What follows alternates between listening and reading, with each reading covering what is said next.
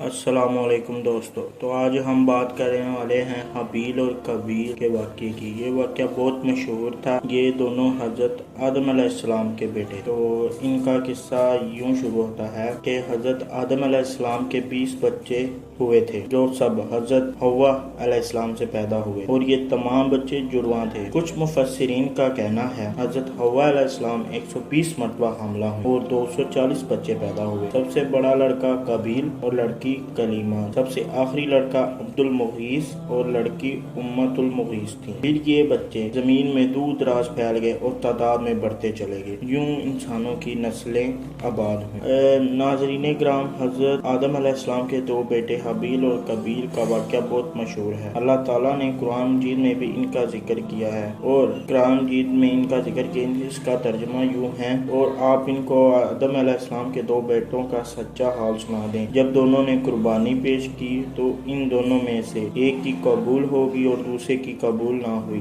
تو وہ کہنے لگا کہ میں تجھے قتل کر دوں گا۔ اسی طرح حضرت آدم علیہ السلام ہر ہونے والے جڑواں بچے اور بچی کی شادی کرتے تھے۔ چنانچہ حابیل نے ارادہ کیا کہ وہ قابیل کی بہن سے شادی کر لے۔ قابیل حابیل سے بڑا تھا، قابیل کی جڑواں بہن سے شادی کر لے۔ قابیل حابیل سے بڑا تھا، قابیل کی جڑواں بہن بہت خوبصورت تھی۔ قابیل قانون الہی کو توڑ کر اپنی جڑواں بہن سے شادی کرنا چاہتا تھا۔ حضرت آدم علیہ السلام نے حکم دیا اپنی بہن کی شادی حابیل سے کر دو، لیکن اس نے انکار کر دیا۔ حضرت آدم علیہ السلام نے دونوں کو قربانی کا حکم دیا۔ حضرت آدم علیہ السلام مکہ مکرمہ حج کرنے گئے تو آسمان سے کہے گئے کہ وہ ان کے بیٹوں کی حفاظت کریں، لیکن انہوں نے انکار کر دیا۔ حضرت آدم علیہ السلام نے زمین اور پہاڑوں سے کہا، لیکن انہوں نے بھی اس ذمہ داری کو قبول کرنے سے انکار کر دیا۔ قابیل نے اس ذمہ داری کو قبول کر لیا۔ جب حضرت آدم علیہ السلام حج کے لیے چلے گئے تو دونوں نے قربانی کی۔ حابیل چونکہ بکریاں چراتا تھا، اس لیے اس نے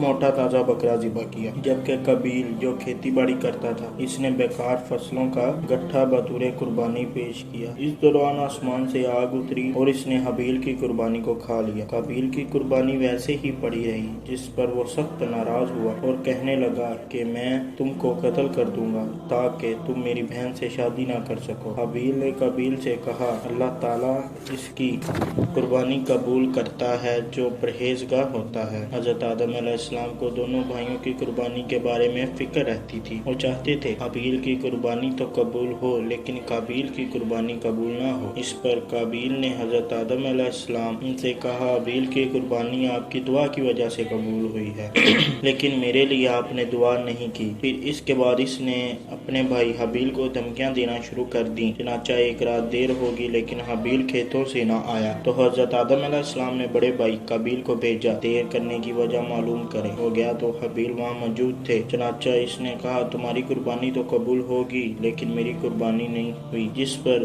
حابیل نے کہا، قبول اسی کی ہوتی ہے جو پرہیزگار ہوتا ہے۔ جس پر قابیل غصے سے بھر گیا اور لوہے کے کسی ہتھیار سے اسے مارا، جس نے وہ قتل کر دیا۔ وہ ہتھیار اس کے پاس ہی تھا۔ یہ بھی کہتے ہیں کہ اس نے حابیل کو پتھر سے قتل کیا اور وہ سویا ہوا تھا، اس کے سر پر مار دیا جس سے اس کا سر کچل گیا۔ یہ بھی کہتے ہیں کچھ لوگ کہ زور سے اس کا گلا دبایا اور پھر یوں کاٹا جیسے درندے کاٹتے ہیں، جس سے اس کی موت ہوگی۔ مفسرین کرام کہتے ہیں قابیل اپنے بھائی کو قتل کرنے کے بعد اسے سال بھر پیٹھ پر اٹھائے پھرتا رہا، تاہم دیگر کچھ حضرات کہتے ہیں 2 سال تک اٹھائے پھرتا رہا۔ اسی دوران اللہ تعالیٰ نے 2 کوے بھیجے، وہ کوے آپس میں لڑنے لگے، ایک نے دوسرے کو قتل کر دیا، پھر زمین میں گڑھا کھودنے کے لیے بڑھا، اس میں اسے دفن کیا اور چھپا دیا۔ قابیل نے جب دیکھا تو کہنے لگا، اے خرابی، میں اس کوے جیسا بھی نہ ہو سکا، میں تو اپنے بھائی کو لاش نہ چھپا سکا۔ اسی طرح قابیل نے کوے سے یہ سیکھا کہ کیسے میت کو دفنایا جاتا ہے۔ قابیل کو جلد ہی اپنے بھائی کے قتل کی سزا ملی۔ جس دن اس نے اپنے بھائی حابیل کو قتل کیا، اسی دن اس کی پنڈلی ران سے مل گئی۔ سورج کا رخ جس سمت ہوتا، اس کا چہرہ بھی اس سمت ہو جاتا۔ اسے والدین کی نافرمانی اور بھائی سے حسد کی سزا ملی۔ اسی طرح اس واقعے کے بعد جب حضرت آدم علیہ السلام کا وقت وصال قریب آیا تو ان کی خواہش ہوئی کہ وہ جنت کا پھل کھائیں۔ تو حضرت آدم علیہ السلام نے اپنے بیٹوں سے فرمایا، مجھے جنت کا پھل کھانے کی خواہش ہے۔ اپنے بیٹوں کو بھیجا کہ پھل کی تلاش کر کے آئیں۔ بیٹے پھل کی تلاش میں نکل پڑے۔ راستے میں ان کی ملاقات فرشتوں سے ہوئی جن کے پاس کفن، خوشبو، کلہاڑے، بیلچے اور ٹوکریاں تھیں۔ فرشتوں نے ان سے پوچھا تم کیا تلاش کر رہے ہو؟ انہوں نے کہا میرے والد بیمار ہیں اور جنت کے پھل کھانے کی خواہش مند ہیں۔ فرشتوں نے کہا کہ واپس چلے جاؤ، تمہارے والد کا وقت وصال قریب آ گیا ہے۔ وہ واپس لوٹ گئے۔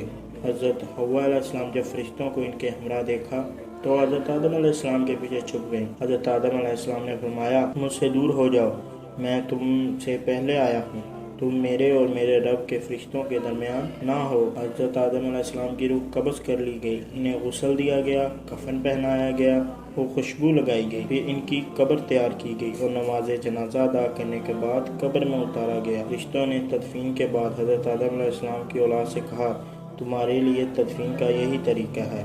اسی طرح اسلام میں بھی تدفین کا یہی طریقہ ہے۔ آج بھی لوگ خاص کر مسلمان، عیسائی، یہود و نصارہ ایسے ہی اپنے مردوں کو دفناتے ہیں جو انسان فوت ہو جاتا ہے۔ تو یہ تھا حابیل اور قابیل کا مکمل واقعہ۔